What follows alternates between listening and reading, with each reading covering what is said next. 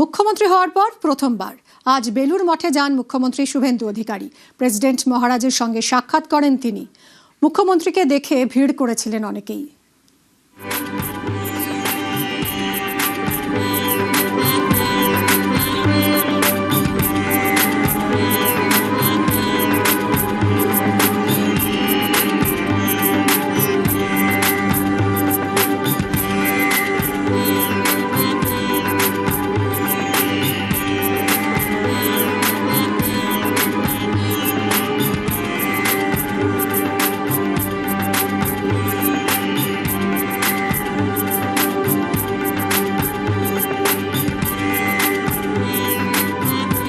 বিবেকানন্দ যে কথাগুলো বলে গেছেন, দেশের জন্য দরকার হচ্ছে একটা হচ্ছে শিক্ষা, আরেকটা হচ্ছে আধ্যাত্মিকতা, আধ্যাত্মিক চেতনার জাগরণ, শিক্ষার বিস্তার, স্বাস্থ্য এবং সেবা।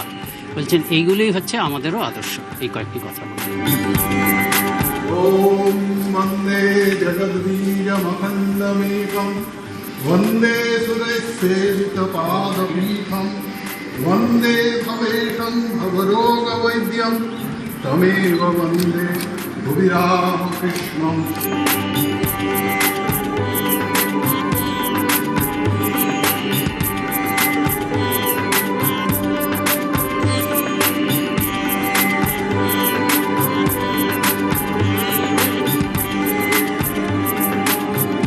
আমরা তো উপহার দিলাম, অবশ্যই ঠাকুরের প্রসাদী শাল দেওয়া হলো, বেশ কিছু স্বামীজির বই আমরা দিলাম।